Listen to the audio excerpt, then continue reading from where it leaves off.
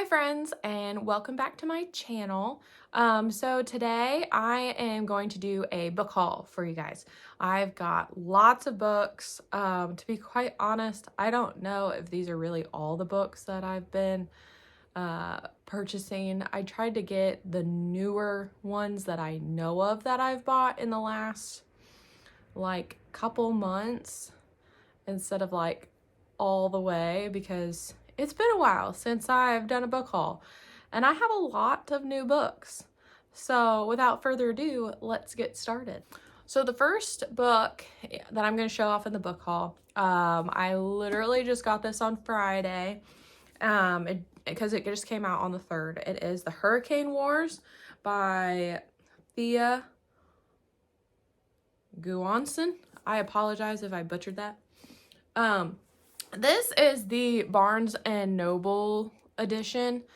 So I don't know if the cover is the same.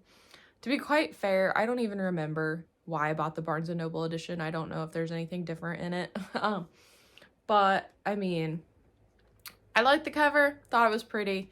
Plus the premise of this, it sounds really good, and I believe it's a fantasy romance, and it's kind of got that light and dark. So it's like the light and the dark combined kind of thing. So yeah, I mean here, I'll take the cover off for you. Like, look at the inside of that. Like, that is gorgeous. So basically, this is about a siege or a war or whatever. I'll read you the little insert here. So it says, all Taliesin has ever known is the Hurricane Wars. Growing up an orphan in a nation under siege by the ruthless Night Emperor, she found her family among the soldiers who fight for freedom. But Taliesin is hiding a deadly secret. Light magic courses through her veins, a blazing power that can cut through the Night Emperor's shadows, believed to have been wiped out years ago. Prince Ulrich, the Emperor's only son and heir, has been tasked with obliterating any threats to the Night Emperor's rule. With the strength of his armies and his mighty shadow magic, he discovers the greatest threat yet in Taliesin. A girl burning brightly with the magic that killed his grandfather, turned his father into a monster, and ignited the Hurricane Wars. He tries to kill her, but in a clash of light and dark, their powers merge and create a force that the likes of which has never been seen before. This war can end only with them, but an even greater danger is coming, and their combined magic could be the only way to overcome it. Taliesin and Ulrich must decide. Can they work together to save their world, or will they end up destroying each other? So, I mean, this has moved up in my TBR. Like, I'll probably read this soon, like really soon. So super excited for this. The next book I bought is the sequel of, what's it called? A Deadly Education. I had to look back on my bookshelf to be sure. So it is The Last Graduate by Naomi Novik. So this is just the sequel to that. I believe it picks up right where The Last Graduate left off. And just a little bit about A Deadly Education. So basically, the students are at a magical school called the Scholomance. And the Scholomance is they learn magic there. They get better equipped so they can survive out in the real world. Now, they have a better chance of surviving if they go to the Scholomance than they do outside of the Scholomance. But it's still a possibility that they could perish. So Elle, who is the main character, she's kind of a loner, but there's something going on with the school, and so she and some friends that she makes along the way have to work to fix it, so that way they are able to all survive in the school. So really good. I really enjoyed it, and the ending had a huge cliffhanger. So this is also moved up on my list to read because I really want to get this done. And then afterwards I'll buy the third one. So the next book I have to show is Dune by Frank Herbert. So mainly I bought this because my husband and I watched the movie, and I thought the movie was really good. Now, granted, I'm going off of never reading this. And I know that this is a series. So part of me is also like, okay, you did Dune Part 1, and then they're about to come out with Dune Part 2. Is all of it in this book? Or is it taking the whole series of Dune and making it into like a 2-hour movie?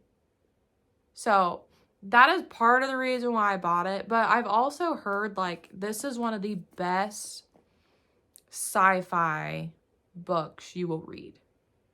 And I'm not a big sci-fi person. I need to get back into it. I need to get into it because I love watching sci-fi movies.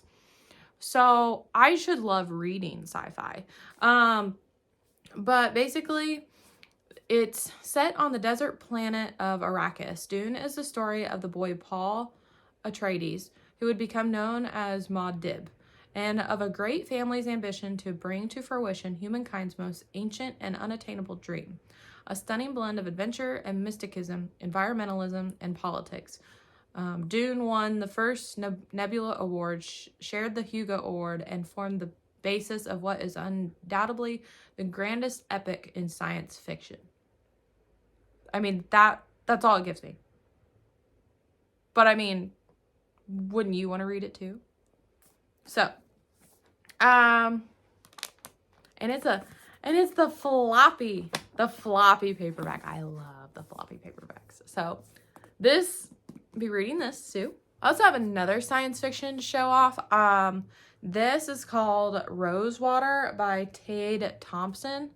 There is a sequel that I need to get, but I thought I would read this first to see if I like it. I've heard really good things about this, and it's got the Arthur C. Clarke Award for the 2019 Science Fiction Book of the Year. So, I mean, this has to be good, right? I would think so. I would think it would have to be good. So this is basically, Rosewater is a town on the edge, a community formed around the edges of a mysterious biodome. Its residents comprise the hopeful, the hungry, and the helpless. People eager for a glimpse inside the dome or a taste of its rumored healing powers. Caro is a government agent with a criminal past. A sensitive, he can navigate the massive psychic space created by the dome, but when something within the dome begins killing off other sensitives, Caro must defy his masters to avert a horrifying future. Sign me up. Plus, it's another sci-fi, and I've got to put more sci-fi in my reading list. Now I'm going to show you some book of the month. So I've got 6 of them to show you. So the first one is Lady Tan's Circle of Women. This is a historical fiction novel. I do like to throw in different genres here and there, just kind of like a palate cleanser from all the fantasy that I read. But this one, it's super short, but it sounded really interesting, so that's why I picked it up and I put it in my box. According to Confucius, an educated woman is a worthless woman, but Tan Zuzan, born into an elite family haunted by death, separations, and loneliness, is being raised by her grandparents to be of use. Her grandmother is one of only a handful of female doctors in China, and she teaches Zuzan the pillars of Chinese medicine, the 4 examinations, 6 pernicious influences, 7 emotions, and that the body is a reflection of the cosmos. From a young age, Zuzan learns about women's illnesses, many of which relate to childbearing, alongside a young midwife in training, Miling. The two girls find fast friendship and a mutual purpose, despite the prohibition that a doctor should never touch blood while a midwife comes in frequent contact with it. And they vow to be forever friends, sharing in each other's joys and struggles. No mud, no lotus, they tell themselves. From adversity, beauty can bloom. But when Yuzin is sent into an arranged marriage, her mother-in-law forbids her from seeing Milang and from helping the women and girls in the household. Yuzin is to act like a proper wife, embroider bound foot slippers, pluck instruments, recite poetry, give birth to sons, and stay within the walls of the family compound, the garden of fragrant delights. How might a woman like Yuzin break free of these situations, go on to treat women and girls from every level of society, and lead a life of such importance that many of her remedies are still used 5 centuries later? How might the power of friendship support or complicate these efforts? Lady Tan's Circle of Women is a captivating story of women helping other women. It is also a triumph reimagining of the life of a woman who was remarkable in the Ming Dynasty and would be considered remarkable today. Like, that sounds like a really heartwarming, just a heartwarming story, and about 2 girls. And I mean, this takes place back in the Ming Dynasty. I don't entirely know what year ranges that is, but just to read about how a woman was treated and was expected to act back then. I mean, it just sounds super good, so I'm excited to pick this up. The next book that I bought from Book of the Month is Hello Beautiful by Anne Neapolitan.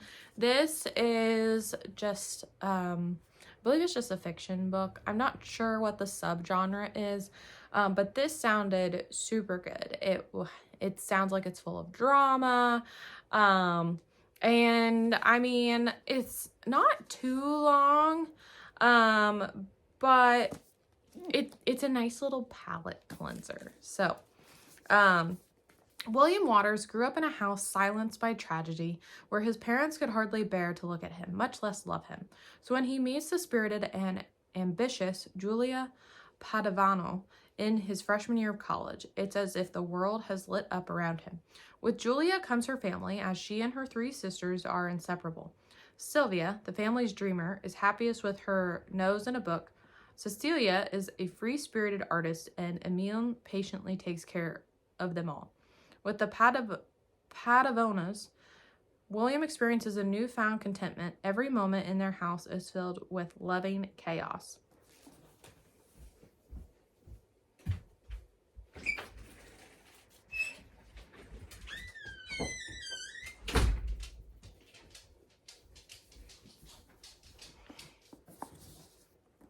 But then darkness from William's past surfaces, jeopardizing not only Julia's carefully orchestrated plans for their future, but the sisters' unshakable devotion to one another.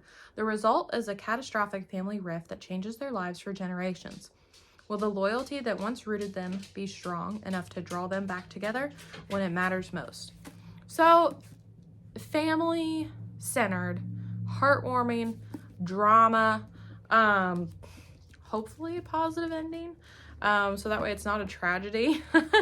But it definitely sounds like a great one to read. Plus, the reviews on it, people are loving this. So definitely want to pick that up. The next one is Family Lore by Elizabeth Ace Votto. And this is a magical realism fiction book. So this, I mean, and look at that cover. That cover is just gorgeous. So this one, here is the insert. Flor has a gift she can predict to the day when someone will die. So when she decides she wants a living wake, a party to bring her family and community together to celebrate the long life she's led, her sisters are surprised. Has Flor foreseen her own death or someone else's? Does she have other motives? She refuses to tell her sisters, Matilda, Pastora, and Camilla. But Flor isn't the only person with secrets. Her sisters are hiding things too, and the next generation, cousins Ona and Yadi, face tumult of their own. Scanning the 3 days prior to the wake, Family Lore traces the lives of each of the Matre women, weaving together past and present, Santo Domingo, and New York City. Told with Elizabeth Acevedo's inimitable voice, this is an indelible portrait of sisters and cousins, aunts and nieces, one family's journey through their history, helping them better navigate all that is to come. So this sounds really cozy as well. Cozy, but cozy drama filled. You know what I mean? And definitely family oriented, aka family lore. So, and plus I like digging into different like histories of families. So this just sounds great. The next book I have is The Unmaking of June Farrow by Adrienne Young. Look at this cover. Isn't that just, oh, it's gorgeous. So I haven't read the other one by Adrienne Young, The Spells of Forgetting or For Forgetting, but that one is on my TBR list to read, hopefully this month. It probably will be next month, but so this one is kind of like, all of her stuff is kind of like got that supernatural, magical, a little bit, but nothing like major. So in the small mountain town of Jasper, North Carolina, June Farrow is waiting for fate to find her. The Farrow women are known for their thriving flower farm and for the mysterious curse that has plagued their family line. The whole town remembers the madness that led to Susanna Farrow's disappearance, leaving her daughter June to be raised by her grandmother and haunted by rumors. It's been a year since June started seeing and hearing things that aren't there. Faint wind chimes, a voice calling her name, and a mysterious door appearing out of nowhere. Signs of what June has always known is coming. But June is determined to end the curse once and for all, even if she must sacrifice the hope of love and a family of her own. After her grandmother's death, June discovers a series of cryptic clues regarding her mother's disappearance, except these only lead to more questions. But could the door she once assumed was a hallucination be the answer she's been searching for? The next time it appears, June realizes that she can touch it and walk through the threshold. And when she does, she embarks on a journey that will not only change both the past and the future, but also uncover the lingering mysteries of her small town and entangle her heart in an epic star-crossed love. Like, I don't know what else to say, but it's got kind of like portal magic in it, and it sounds great. Next one I got, which was I believe one of the main picks that you could pick. I think the other one was too, but I had to have both.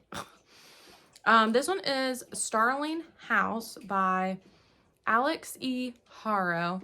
I believe it is a gothic horror, but hopefully just more gothic than horror. I don't really read horror. I don't like horror stuff, really. But if it's anything like Mexican Gothic, that one I think is also tagged as like a Gothic horror. That one wasn't bad at all. Like it was creepy, but it wasn't like, oh my God. So this one, it says, I dream sometimes about a house I've never seen. Opal is a lot of things: orphan, high school dropout, full-time cynic, and part-time cashier. But above all, she's determined to find a better life for her younger brother, Jasper. One that gets them out of Eden, Kentucky, a town remarkable for only two things: bad luck and E. Starling, the reclusive 19th century author of The Underland, who disappeared over 100 years ago. All she left behind were dark rumors and her home. Everyone agrees that it's best to ignore the uncanny mansion and its misanthropic heir, Arthur. Almost everyone, anyway. I should be scared, but in the dream I don't hesitate. Opal has been obsessed with the Underland since she was a child. When she gets the chance to step inside Starling House and make some extra cash for her brother's escape fund, she can't resist. But sinister forces are digging deeper into the buried secrets of Starling House, and Arthur's own nightmares have become far too real. As Eden itself seems to be drowning in its own ghosts, Opal realizes that she might finally have found a reason to stick around. In my dream, I'm home, and now she'll have to fight. And then at the bottom here, it says, welcome to Starling House. Enter if you dare. So, yeah. And I feel like it's going to be a fairly quick climax. Because look how short that is. I mean, this is going to go quick. So, super excited to read this. The last book I got from Book of the Month, this was an add-on for me, which I always add 2 books on anyway from my pick. But this one, I saw that they recently added it to their book list, and I said, I have to have this. I don't even care the Book of the Month little tag is on top of it. I had to get this. It is The Fragile Threads of Power by V.E. Schwab. So this is the start of the new series that's going to be taking place in a darker shade of magic world. And so like I loved A Darker Shade of Magic. Loved it. It was so unique and just so thrilling to read. Plus I love the magic that she did. So I'm super excited to have picked this up. I kind of wanted to get the UK edition just because the cover would have matched the covers I have. But at the same time, it doesn't really matter. I'm not real specific. So like, because I started this series in hardback and these covers, I will continue this series in hardback and these covers. So that's kind of my preference kind of thing. But look at this. This thing's like almost 700 pages long. It is a chunker. Her other books in A Darker Shade of Magic were not that thick. But I mean, she's probably been working on this for, I don't know. But there's some characters that are from the original trilogy that are going to be in this trilogy, and then some new characters. So I'm like super excited. So it says, once there were 4 worlds, nestled like pages in a book, each pulsing with fantastical power and connected by a single city, London. After a desperate attempt to prevent corruption and ruin in the 4 Londons, there are only 3. Grey London, thriving but barely able to remember its magical heritage. Red London, ruled lately by the Marsh family, flourishing and powerful. And White London, left to brutality and decay. Now the worlds are going to collide anew, brought to a dangerous precipice by the discoveries of 3 remarkable magicians. There's Koska, the child queen of White London, who has nourished her city on blood and dreams, and whose growing devotion to both is leading her down a dangerous path. Then there's Delilah Bard, born a thief in Grey London, who crossed the worlds to become a legend far from there. She's an infamous magician, a devious heroine, and a risk-taking rogue, all rolled into one unforgettable package. Having disappeared to seek a new adventure, an old favor now calls Lila back to a dangerous port to join some old friends who need more help than they even realize. Old friends. So does that mean that Kel and, I forget the prince's name. Both of them? Last, there is Tess, a young runaway with an unusual and powerful ability, hiding out in Red London while trying to stay out of the limelight. Tess is the only one who can keep all the worlds from unraveling, if she manages to stay alive first. So, I mean, I don't know about you, but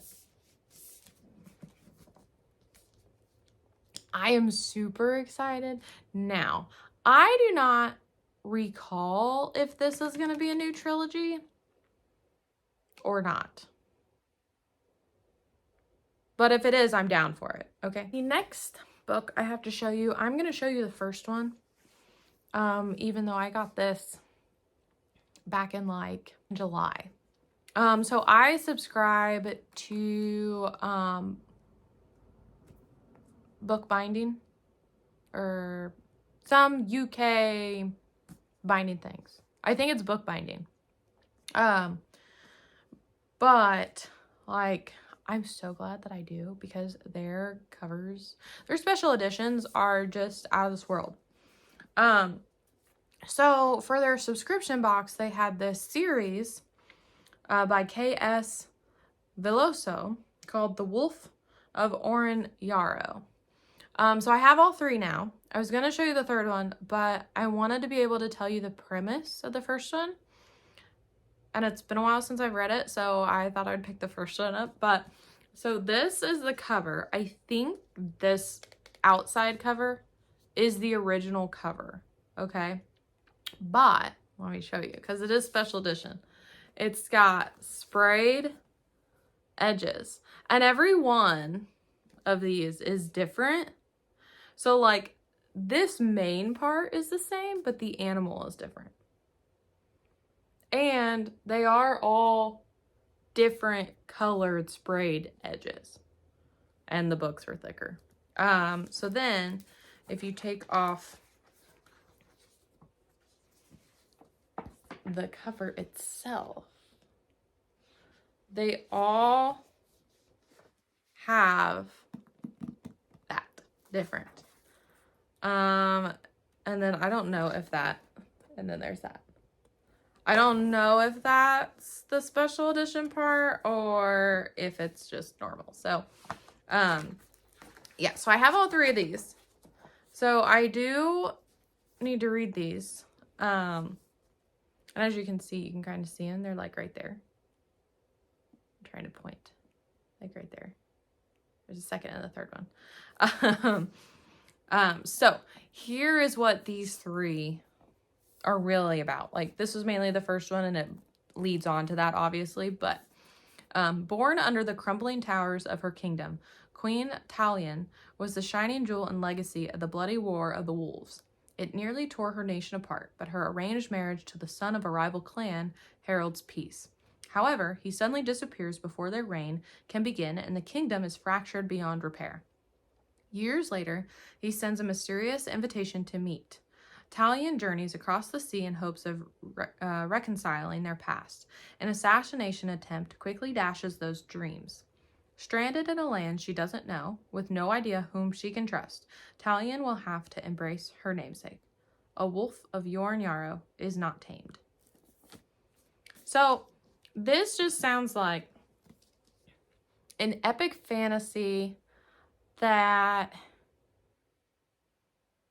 probably takes place in like a medieval-ish, Viking-ish kind of time. You know what I mean? With this world. But it sounds great. And I want to say it's a UK author. So like this, I don't think has a whole lot of buzz for the US. So I'm excited that I get to try it, get to read it, and I really hope I like it, because I mean, I have all three. And they're all special editions. So this one I got is A Soul of Ash and Blood by Jennifer L. Armentrout. This is the 5th book in her Blood and Ash series. Unlike popular opinion, well, I guess I don't know if it's popular opinion. You either like this series or you don't. I love this series. I'm a sucker for fantasy romance. I really am. I'm a sucker for it. And I think this is really good. There's some parts that it's like, okay, you know, you probably could have skipped that. But in the first like few, it's not really plot driven. It's romance driven. But it becomes more plot driven. And that's what I like. I like a great mixture of romance and plot. And it's got that. So this one though, I guess is in Kaz's perspective. So I thought that was interesting. Because where the last one, like, Sorry, you're probably hearing my dog. Where the last one left off, the start of this one, I'm not sure makes sense. I don't know. Based on the excerpt, which I won't read, you guys, since it is the 5th book in the series. I'm just a little confused, to be quite fair. Hopefully it works out. I haven't read any reviews on this one to see if people like it or not. But it is on my list to read. But yeah. I mean, these covers are great. And the only problem is it's one of those thick where your spine might break kind of thing. But it's okay. Then I picked up Ordinary Monsters by J.M. Miro. This sounds like a fun time. It's a thick one, but it sounds like a fun time. So this takes place in England and in 1882. In Victorian London, 2 children with mysterious powers are hunted by a figure of darkness, a man made of smoke. What follows is a story of wonder and betrayal from the gaslit streets of London and the wooden theaters of Meiji-era Tokyo to an eerie estate outside Edinburgh, where other children with gifts, the talents, have been gathered. There, the world of the dead and the world of the living threaten to collide, and as secrets within the Institute unfurl, Marlowe, Charlie, and the rest of the talents will discover the truth about their abilities and the nature of what is stalking them, that the worst monsters sometimes come bearing the sweetest gifts. So, there's a couple YouTubers that I watched that have read this book and they really enjoyed it. So that's part of the reason why I wanted to pick it up. I haven't really looked at the reviews on Goodreads for this. But I mean, anything that says the word monsters in it is fantasy, right? So I have to read it. The last, but definitely not least, I have all 4 books of The Grace of Kings by Ken Liu. And aren't these covers gorgeous? These are the UK covers. I am sorry, but the US covers suck. These are gorgeous. And I am completely fine with having them all in the paperback like this. Now, I wasn't subscribed yet, and it probably was years ago. Because let's see, when did this come out?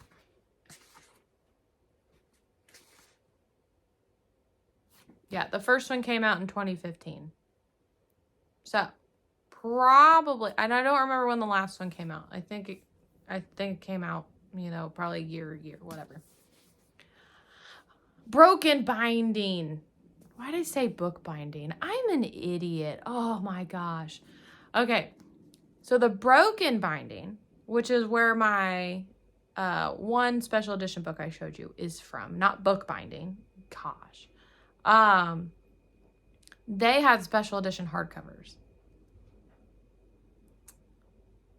Well, they looked like this, but then, on the inside and on the sprayed edges and stuff, like, oh, I'm very disappointed that I couldn't get those. But as long as I got this cover, that was all that mattered. And matching too. So I have all 4. All 4 of them match. And they get bigger and bigger as the series goes on. It just does. So, but this one, I guess Ken Liu is a great short story author. And this is, I don't know if this is his first novel series, but anybody who reads this loves it. The whole series. So I am super excited to pick these up. So here is what it is about. And don't yell at me if I butcher the names. Emperor Mapadir was the first to unite the island kingdoms of Dara under a single banner. But now the emperor is on his deathbed, his people are exhausted by his vast conscriptive engineering projects, and his counselors conspire only for their own gain. Even the gods themselves are restless. A wily, charismatic bandit and the vengeance-sworn son of a deposed duke cross paths as they each lead their own rebellion against the emperor's brutal regime. Together they will journey to the heart of the empire, witnessing the clash of armies, fleets of silk-draped airships, magical books, and shape-shifting gods. Their unlikely friendship will drastically change the balance of power in Dara. But at what price? The Grace of Kings is the debut novel by Hugo Nebula and World Fantasy Award winner Ken Liu, and the first in the monumental epic fantasy series, The Dandelion Dynasty. So it is his debut novel series. I mean,